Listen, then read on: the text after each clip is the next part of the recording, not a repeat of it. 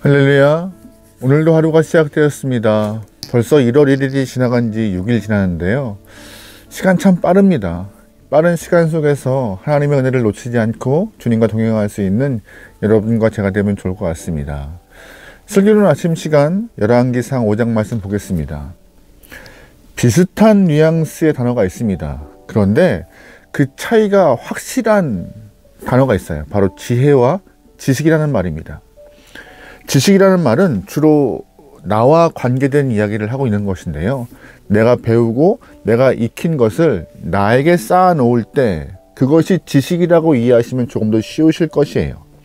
그래서 학교에서 배운 지식과 또한 취업을 위해서 배운 지식들이 나 자신을 위해 쓰여질 때 상대방들은 아는 것이 참 많다, 배운 것이 많다, 지식이 풍부하다라고 평가할 수 있는 것이죠. 반면 지혜는 나 자신을 넘어서 이 관계 개념 안에 갇힌 이야기입니다. 무슨 의미냐? 아무리 배운 것이 많다 하더라도 자신이 배운 것을 공동체 안에서 풀어내지 못하고 활용하지 못하면 우리는 그 사람을 많이 배웠다고는 인정하지만 지혜로운 사람이라고 말하지는 않습니다. 다시 말해서 지혜는 타인과의 관계, 공동체와의 관계, 세상과의 관계 안에서 풀어내는 이야기를 말하고 있는 것인데, 배운 것이 적고 지식이 좀 적더라도 함께 살아가는 사람들과 어울려서 좋은 결과물을 만들어내는 것을 지혜로운 사람이라고 말할 수 있는 것이죠. 그래서 자신뿐만이 아니라 여러 사람들이 함께 자신들이 갖고 있는 지혜를 함께 협력하여서 공동체가 추구하는 가치를 구현하는 것, 그것이 바로 지혜로운 사람의 모습인 것입니다. 지혜로운 사람은요, 지혜는 나에게만 국한되지 않아요. 넓은 시야와 또한 많은 사람들과 함께 공동체 안에서 많은 것들을 구현해내서 공동의 선을 이뤄가는 것, 그것이 지혜라고 보시면 조금 더 이해가 쉬우실 것이에요. 하나님은 솔로몬에게 지혜를 허락하셨어요. 솔로몬은 하나님께 받은 지식을 통하여서 하나님이 원하시고 또한 아버지 다윗이 원했던 성전 건축의 기초를 시작합니다. 오늘 본문이 그 이야기를 하고 있어요. 그런데 솔로몬이 갖고 있는 지혜를 어떻게 구현하고 어떻게 드러내고 있는가, 본문은 조금 힌트를 주고 있는데요. 두 가지 모습으로 솔로몬의 지혜를 좀 볼 수 있어요. 첫 번째, 솔로몬이 받은 지혜가 어떻게 드러나고 있느냐, 바로 때를 아는 것으로, 때를 분별하고 때를 아는 것으로 그 지혜가 드러나고 있습니다. 2절부터 4절까지 말씀입니다. 이에 솔로몬이 히람에게 사람을 보내어 이르되, 당신도 알거니와 내 아버지 다윗이 사방의 전쟁으로 말미암아 그의 하나님 여호와의 이름을 위하여 성전을 건축하지 못하고 여호와께서 그의 원수들을 그의 발바닥 밑에 두시기를 기다렸나이다. 이제 내 하나님 여호와께서 내게 사방에 태평을 주심에 원수도 없고 재앙도 없도다. 아멘. 솔로몬의 아버지였던 다윗도 지혜로운 사람이었습니다. 그런데 그 다윗의 지혜로움은 솔로몬의 지혜로움과 좀 다른 양상을 띠고 있어요.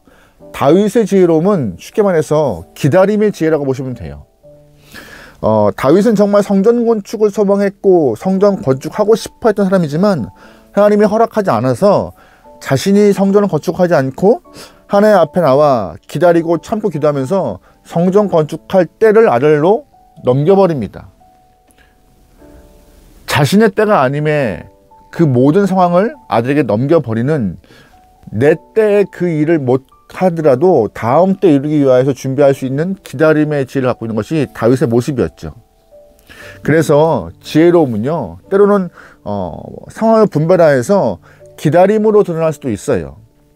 이제 아버지를 지나 솔로몬이 왕이 되었고 솔로몬 때 성전 건축할 때임을 스스로가 알게 되자 솔로몬은 건축을 시작합니다. 그런데 다윗처럼 때를 분별하여서 기다리는 것도 지혜겠지만 솔로몬은 때를 분별하여서 나아가는 모습으로 지혜를 드러내고 있어요. 다시 말해서 다윗도 솔로몬도 둘 다 지혜로운데 다윗의 지혜로움은 때를 분별하여 기다림으로, 솔로몬의 지혜로움은 때를 분별하여 나아감으로 드러나고 있는 것이죠. 어떤 사람은 너무 이 안에 넘침이 많아서 하나님의 때를 분별하지 못하는 경우가 있습니다. 하나님이 기다려라 하는데 너무 급해서 그 때를 너무 오버해서 넘어서는 일이 발생해요. 반면에 어떤 분은 너무 소심해서 하나님이 때다라고 말하지만 재고, 따지고, 미루고 해서 때를 놓치는 경우도 있습니다. 그런 의미에서 다윗이나 솔로몬이나 다 정말 적절할 때를 분별하여서 기다리고 또한 나아갈 수 있는 둘 다 지혜로운 영혼이었죠.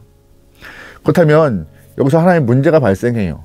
어떻게 해야 하나님의 때를 우리가 가질 수 있을까요? 어떻게 해야 그 때를 내 안에 품을 수 있을까요? 그것은 솔로몬의 입장에서 본다면은 듣는 마음으로부터 시작되었어요. 어떤 마음이요? 듣는 마음이요. 여러분 잘 아시는 내용이지만 솔로몬이 기브온 산당에서 1000번째 세된 이후 하나님이 솔로몬에게 무엇을 원하느냐라고 묻자 이제 앞으로 백성들과 함께 수많은 송사가 있을 텐데 송사를 잘 분별할 수 있는 듣는 마음, 그 지혜를 달라고 요청합니다. 하나님은 솔로몬의 그 요청에 너무나 감격하여서 듣는 마음, 지혜를 주시죠. 다시 말해서 백성을 향한 듣는 마음이 솔로몬에게 지혜가 되었고 백성에게 듣는 마음이 주님께 더 나아가서 주님을 향한 듣는 마음으로 더 커져가고 있던 것이에요. 주 앞에 나와서 끊임없이 기도하고 또한 소통하는 사람은 나아갈 때와 멈춰야 할 때를 정확히 짚어낼 수 있습니다. 반면 주 앞에 나오지 않고 간구하지 않고 묻지 않고 엎드리지 않는 사람은요, 기도하지 않은 사람은 때를 몰라요. 언제가 움직일 때인지 언제가 멈춰 서야 할 때인지 분별하기 어렵습니다. 그렇다면 다윗과 솔로몬은요, 듣는 거에 대해서 특별히 하나님의 때를 듣기 위하여서 주 앞에 기도하고 엎드리고 주님을 찾는 영혼이었기 때문에 그 영혼을 통하여 하나님은 분별할 수 있는 지혜를 하셨던 것입니다. 여러분의 삶도 우리의 삶도 모든 영혼의 신앙의 삶이 주 앞에 엎드려서 때를 분별할 수 있는 지혜가 있길 소망합니다. 그 지혜를 통하여서 하나님이 우리 안에 많은 것들을 이루고 싶어 하실 때 적절한 타이밍에 이뤄낼 수 있는 귀한 여러분 되면 좋을 것 같아요. 본문에서 또 한번 솔로몬의 지혜가 표현되고 있는데 앞부분에서는 때를 분별할 수 있는 지혜로 솔로몬의 지혜가 드러났지만 중반부에서는요, 솔로몬의 지혜가 동역의 모습으로 표현되고 있습니다. 어떤 것으로요? 동역이요. 6절 말씀 보겠습니다. 당신은 명령을 내려 나를 위하여 레바논에서 백향목을 베어내게 하소서. 내 종과 당신의 종이 함께할 것이요 또 내가 당신의 모든 말씀대로 당신의 종의 삭슬 당신께 드리니이다. 당신도 알거니와 우리 중에는 시돈 사람처럼 벌목을 잘하는 사람이 없나이다. 아멘. 6절 말씀에 당신은 바로 두로왕 히람을 말하고 있습니다. 솔로몬이 성전을 건축함에 있어서 성전 재료를 이렇게 수급해야 되는데 이스라엘 땅에서만 그 성전 재료를 다 수급하라는 마음을 놔버리고 자신과 모욕하는 여러 나라를 통하여서 최상의 물건을 다 들여와 성전 건축하려고 마음 먹고 있었습니다. 그래서 제일 먼저 목재를 구해야 하는데 가장 좋은 목재를 우리에게 줄 수 있는 두로왕 히람에게 손을 뻗고 있던 것이에요. 이스라엘이 그 당시에 강대국이고 아무리 힘이 있다 한들 자신 혼자 모든 것을 다 할 수 없어요. 그래서 무역도 필요한 것이고 관계성도 필요한 것인데 솔로몬은 하나님의 일을 함을 통하여서 이 동역, 관계를 통하여서 더 많은 것들을 해나가려고 손을 내밀고 있는 그 마음으로 지혜를 풀어내고 있습니다. 지식이 넘치는 사람은 아까 말씀드렸죠. 초반에 자신에게 집중되어서 혼자 일하려고 해요. 지혜가 없는 것이죠. 아무리 지식이 풍부해도 혼자 일할 수는 없어요. 세상에서 혼자 할 수 있는 것은 극히 드뭅니다. 살다 보면 옆 사람의 도움이 필요하고 그 도움을 통하여서 함께 해나가야 된다는 것을 알 수밖에 없는 것이 이 땅의 삶이잖아요. 그래서 지혜로운 사람은요, 함께 하려 하는 것이에요. 내가 부족함은 타인의 넘침으로 도움을 받고 나의 넘침은 타인의 부족함을 채워서 공동체 안에 아름다운 것들을 도출해가는 그 모습, 그게 지혜로움인데 솔로몬은 두로왕에게 우리의 부족함을 아는지라 손을 내밀어 그 두로왕의 넘침을 받으려 하고 있는 것이죠. 당신의 나라의 목자가 좋으니 좀 다오. 하지만 우리나라에 또 벌목하는 목수도 쉽지 않으니 우리가 다 일꾼의 일당 줄게.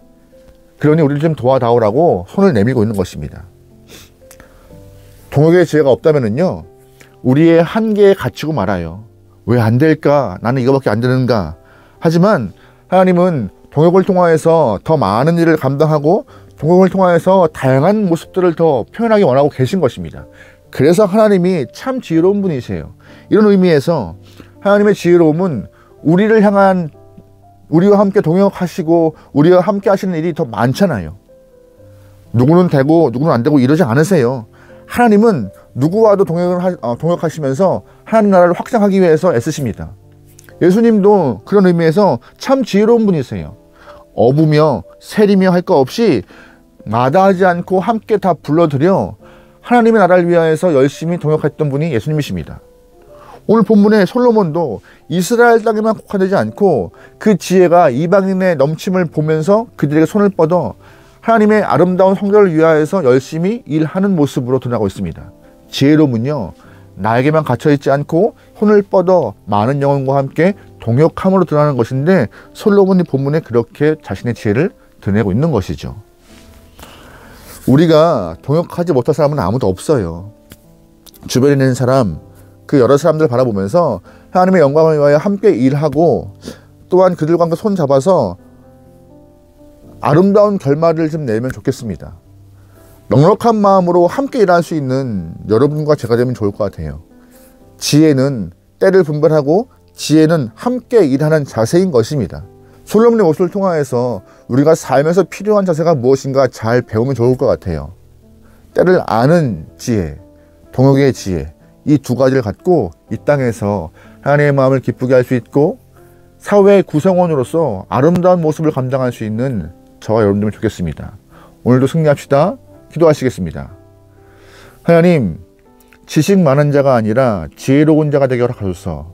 그리하여 허락하신 지혜를 통하여 하나님을 기쁘게 하고 세상 안에서 자신의 일을 감당할 수 있는 귀한 일꾼 되게 허락하소서. 언제나 주님을 기쁘게, 언제나 세상 앞에 필요한 영혼으로 우리의 삶이 구현해내고 우리의 삶이 드러내게 원하오니 주님이시여 동행하시고 역사하여 주옵소서. 오늘 하루도 맡겨오며 예수님의 이름으로 기도합니다. 아멘.